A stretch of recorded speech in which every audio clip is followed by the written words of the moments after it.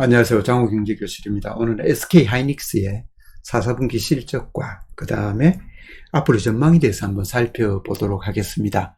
반도체 이야기를 나오면 그 용어의 어려움 때문에 빨리 포기하시는 분이 많은데 동영상 10분 분량이니까 끝까지 들으시면 반도체 업종을 이해하시는 데 많은 도움이 되리라고 생각이 됩니다. 우리가 흔히들 메모리라 그러면은 그냥 하드 용량, 내가 동영상을 저장하고 또 여러 가지 문서를 저장하는 그 용량만 생각하시는데요. 그 용량이 바로 낸드고요. 그 다음에 어떤 하드에서 CPU가 명령하는 여러 가지 명령들을 받아서 빨리 처리게 해주는 것. 쉽게 말씀드리면 컴퓨터가 빨리 돌아가게 만들어주는 게 바로 램의 용량입니다. 요새는 이 램의 초창기 용어 앞에 D가 붙었죠. 그래 DRAM이라 부릅니다. Dynamic Random Access Memory 이런 거죠. 좀 전문 용어로 하면 휘발성, 메모리가 금방 사라져버린다. 통로 역할만 해줘버리고 금방 사라져버린다. 이런 역할이죠. NAND 플래시 메모리, 이것은 휘발성이 아닌 비휘발성이라고 얘기를 합니다. 사라지지 않는다. 그대로 저장되어 있다. 이렇게 보시면 되겠고요. 아무튼 4분기 실적을 보니까 11조가 넘는 실적을 거저가했습니다. 그래서 분기, 쿼터 온 쿼터 이렇게 하는 거죠. 분기별로 보니까 지난 분기에 대비해 보니까 25%가 신장을 했고요. year on year. 그리고 지난 연도와 비교해 보니까 47% 신장이 되어서 이렇게 적자인 늪에서 탈출해서 흑자로 전환이 되었다고 합니다. 그래서 D램에서 보니까 이런 좋은 실적이 난 이유가 ASP에서 Average Selling Price, 그러니까 평균 단가가 다 올라갔습니다. 10% 후반으로 올라갔네요. 그리고 NAND 플래시 메모리 쪽에서도 단가가 40% 이상 올랐습니다.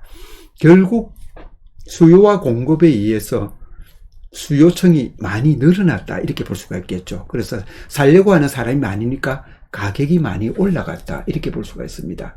한번 이런 보고서를 볼 때 여러분들이 좀 어려워하는 게 아까도 말씀드렸다시피 용어인데요. 여기 좀 생소한 단어가 있죠. BNG 한 자릿수 초반이 지난 분기 대해서 올랐다, 이런 뜻인데요. 이건 bit growth라고 그럽니다. 물건을 하나 개당 팔게 되면 오늘 지난 분기에 10개를 팔았는데 이번 분기에 20개를 팔았다 하면 100% 신장이 됐다, 이렇게 하죠. 그런데 이 D램 같은 경우에는 기가바이트를 얼마나 팔았냐 이겁니다. 한 개를 팔면 두 개를 팔는 용량에 따라서 그 출하량이 달라지죠. 그래서 이 BN 그로스, 빗 그로스라는 것은 출하량이 얼만큼 증가되었나, 아니면 출하량이 얼만큼 하락하였나, 이런 뜻으로 해석하시면 되겠습니다. 자, 다음은 배당금입니다. 2023년도 4분연도 배당을 보니까 여기는 분기 배당을 했습니다. 1분기당 300원이니까 곱하기 4분기 하면 1200원이 배당금으로 나옵니다. 배당금이 어떤 겁니까? 영업을 잘 해가지고 각종 비용을 빼고 영업이익이 나왔을 때 법인세를 빼고 난 금액이 뭡니까? 순이익이 나오죠. 그죠? 단기 순이익이 나오는데 그 단기 순이익에서 일정 부분을 배당을 해야 되는데 단기 순이익이 적자를 나버렸다 하더라도 주주가치 제고를 위해서 1200원 배당을 한다, 이렇게 보시면 될 것 같고요. 이제는 2024년도 SK하이닉스의 전망에 대해서 한번 살펴보도록 하겠습니다. SK하이닉스가 판매를 하는 주력 상품들이 이런 겁니다. 이 HBM은 High Brand Width Memory, 이렇게 해서 초강력 메모리라고 이렇게 번역을 할 수가 있겠습니다. 이 챗GPT라든지 이렇게 사용해 보시면 아시겠지만 이 챗GPT에서 SK하이닉스를 검색해줘 이렇게 하면은 굉장히 많은 처리 속도가 필요를 합니다. 그래서 요거는 바로 이제 GPU라고 그래픽 처리 장치하고 굉장히 연관이 있습니다. 그래서 예전에 여러분이 게임이나 동영상을 해봤을 때 그래픽 카드라든지 램의 용량이 좋지 않으면은 뭐 색깔이 별로 좋지 않다든지 속도가 빠르지 않습니다. 근데 이 챗GPT가 바로 AI 연산, 즉 AI가 여러 가지 정보를 필요할 때 활용을 할 때 바로 필요한 게 그냥 램이 되어서는 아니고 하이브랜드 위스 메모리 HBM이 있어야 됩니다. 이 메모리 그림을 보면은 이렇습니다. 여기 보면은 그 D램이 많이 쌓여 있죠, 그죠? 하나만 해도 속도가 굉장히 빠른다.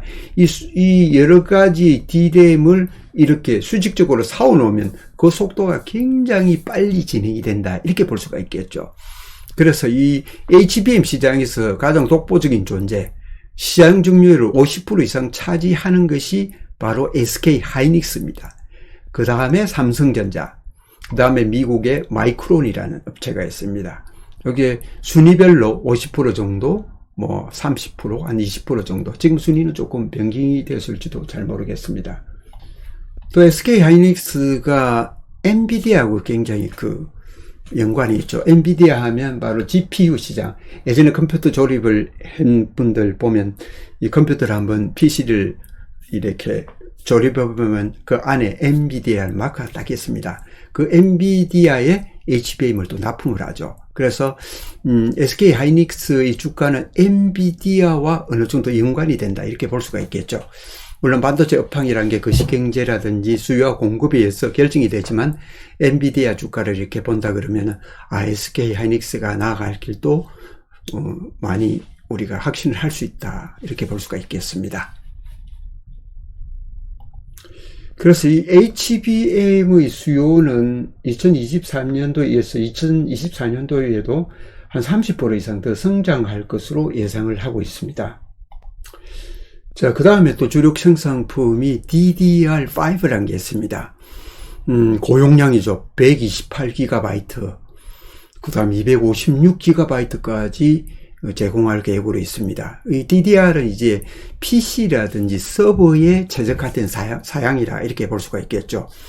이 속도가 128GB라면 대용량으로서 어떤 정보를 불러오르는데 아주 눈 깜빡할 사이에 빠른 속도로 불러온다 이렇게 볼 수가 있겠죠. 그 다음에 LP란 게 앞에 붙어 있습니다. 로우 파워, 저전력입니다. 저전력이니까 이건 전력 장치를 굉장히 낮게 해서 한다는 이런 내용이 되겠죠. 16GB에서 24GB 이렇게 되는데요. 만약에 이런 게 이제 이런 용량으로 해서 모바일에 이렇게 적용이 된다든지 이렇게 되면 모바일이 우리 지금 갤럭시 24가 보니까 램이 8GB 이렇게 되는 것 같습니다. 그렇다면 16기가는 24GB면 굉장히 빠른 속도다 이렇게 볼 수가 있겠죠.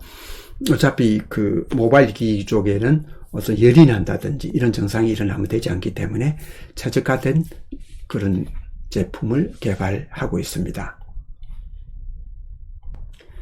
그 다음에 세 번째로는 고성능 서버 모듈입니다. 그러니까 고성능 서버 모듈은 어떤 뜻이냐 하면 이 모듈, 이 DDR5라든지 이런 것을 그냥 여기 DDR5네요. MCR, DIMM이니까 DDR5를 이렇게 여러 가지를 이렇게 겹쳐 놓는 겁니다. DDR5만 해도 굉장히 속도가 빠른데 이것을 모듈을 이렇게 만들어 놓았다 그러면 그 서버의 어떤 속도는 굉장히 빠르다 이렇게 볼 수가 있겠죠. 자, SK 하이닉스의 1분기 생산 계획을 보니까 D램 분야는 전분기에 비해서 10% 중반대로 감소를 합니다. 낸드 플래시 메모리 분야는 지난 분기에 비해서 한 자릿수로 좀 증가할 계획이다 이겁니다. 출하량이 많다고 좋은 건 아니죠.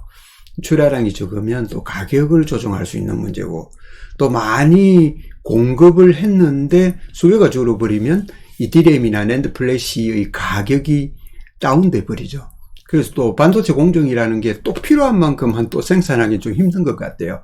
한 공정이 시작되면 일정 물량을 만들어야 되는 이런 과정이기 때문에 계획을 잡기가 굉장히 신중해야 되지 않을까 이렇게 생각됩니다. 그 다음 카펙스를 해서 캐피탈 익스펜디처스라고 해가지고 투자에 관한 겁니다. 얼마나 투자를 많이 할 건가. 반도체 분야는 끊임없이 돈이 들어가는 투자 공정입니다. 전년 대비 연간 투자는 증가는 해야 되겠죠. 그런데 수익성 기반 투자 집행, 돈이 되는 쪽에 하겠다, 그죠? 투자 효율성 강화를 통해 증가분을 최소화하겠다. 투자는 많이 돈이 들어가는 거 좀 줄이겠다 이런 얘기가 되겠죠. 기업이 투자를 하려고 하면 돈을 모으려면 어떻게 해야 됩니까?